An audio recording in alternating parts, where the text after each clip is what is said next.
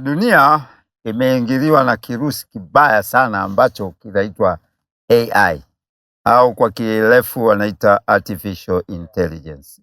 Huyu jamaa anaitwa AI anakwenda kuchukua nafasi ya binadamu. Juzi nilikuwa najaribu kumpima AI kwamba AI anavijua vitu vyote kama ambavyo binadamu, uwezo wa binadamu wa fikra. Niliongea lugha ya Kihehe. Nilimsalimia Kamwene, akanijibu Kamwene. Nikamwambia unogage, akanijibu unoge. Nikamuuliza swala moja la Kihehe, AI akashindwa kunijibu. Baadaye AI akaniomba mimi nimsaidie kumfundisha Kihehe. Nikamsaidia kumpa maneno mengi ya Kihehe, maneno mengi ya Kihehe. Nikamwambia wewe AI, wewe ni mjinga. Alinishukuru, mimi namfundisha vitu vingi, akanishukuru. Nikamfundisha hata kule kwake kwenyewe kwenye masuala yake ya teknolojia, nimemfundisha vitu vingi ambavyo pia yeye mwenyewe hajui. Mimi naitwa Mohamed Yahaya Mdetele, kwa jina maarufu mimi wananiita Mavideo, kwa sababu mimi ni lecturer ambaye nimefundisha chuo kikuu cha Dar es Salaam pale department ya photographic. Nikatoka pale nikaachana na nikafundisha Royal College of Tanzania, nikafundisha journalism, broadcasting, mass communication yote. Nikafundisha pia chuo kimoja Eden pale Mlandizi.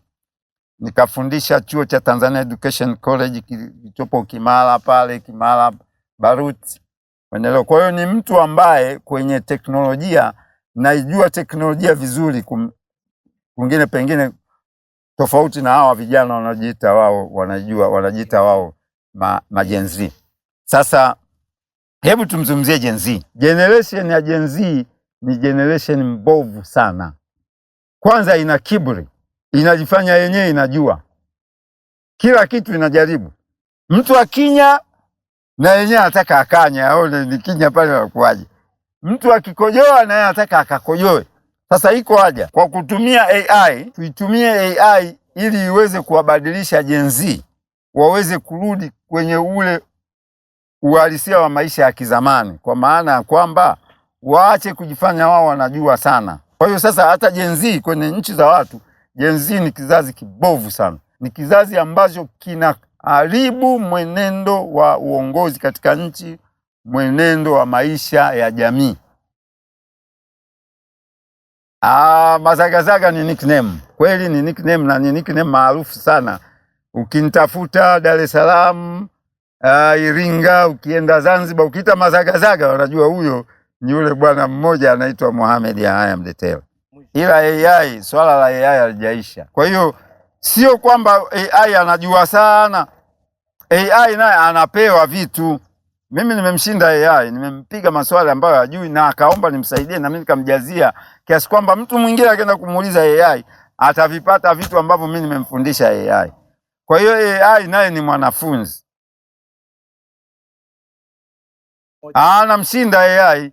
Mimi elimu yangu mimi ya teknolojia nilisoma zamani. Nilisoma kwa kutumia kichwa changu, kuhifadhi vitu kwa kichwa changu. Mimi nikikaa na AI ndamshinda, kwa sababu kuna vitu mimi nikinania anataka mimi nimsaidie.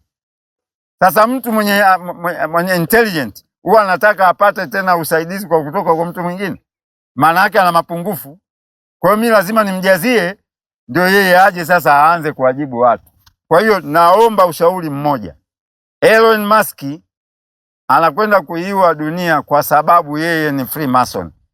Illuminati Network yenyewe kazi yake ina ubinafsi. Wanataka wawe matajiri wao tu. Mtu mwingine akiwa tajiri alafu akakataa masharti yao wanamuua. Kwa hiyo Elon Musk ukibishana naye, ukishindana naye utaona umepotea, kwa sababu ana network yake inakuja inakuwa.